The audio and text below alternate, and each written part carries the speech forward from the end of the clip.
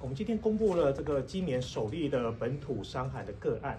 那是一位住在北部的10几岁的男性，那他本身是没有慢性的潜在疾病的病史，他是在1月下旬的时候，刚开始的这个症状是发烧，然后肌肉酸痛，那此外也有一些咳嗽、流鼻水跟喉咙痛的症状。那到诊所之后呢，就是服用一些这个药物之后返家，那其他这些上呼吸道症状有改善。那不过这个反复发烧的症状还是一直持续，所以他是在这个发病后的大概4、5天，那因为这些症状的关系，所以又到这个急诊就医。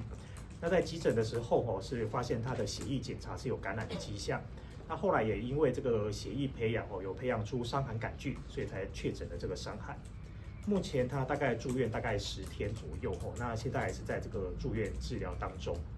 那这个伤寒的话是这个透过伤寒杆菌所传染的一般最主要的传染途径还是因为这个吃到被这个病原菌污染的食物或水而造成感染。那他可能一开始的症状是这些像持续性的发烧，或者是有头痛啊、厌食、腹痛、腹泻的。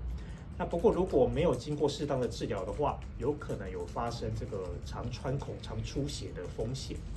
如果没有治疗的话，这个致死率可能会到10%。那不过有这个经过抗生素治疗的话呢，其实是可以降低到1%以下。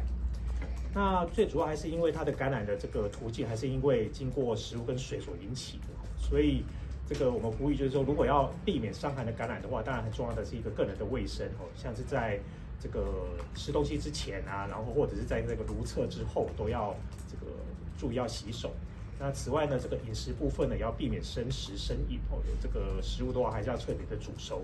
特别是像海鲜类甲壳类的海鲜类，是以往就是造成伤寒感染的一个这个常见的媒介。所以在这个煮这个海鲜的时候，最好还是要这个确保是有煮沸蒸熟10分钟再食用，那才可以避免感染到伤寒。